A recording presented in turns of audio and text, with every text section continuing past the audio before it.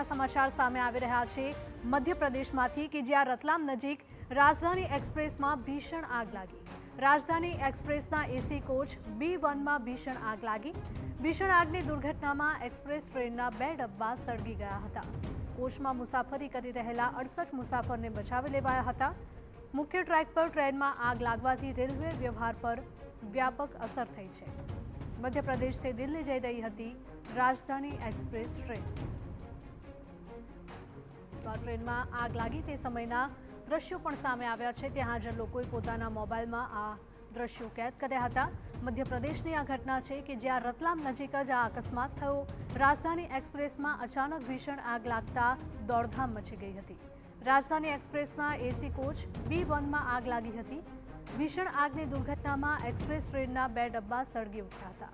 તો આપ ત્રણેય દ્રશ્યો ટીવી સ્ક્રીન પર જોઈ રહ્યા છો કે જેમાં જોઈ શકાય છે કે ભીષણ આગ લાગી હતી। અહીંયા જોઈ શકાય છે કે આ કોચ છે એટલે કે B1 નામનો આ કોચ છે તે સંપૂર્ણ બળીને ખાક થઈ ગયો હતો।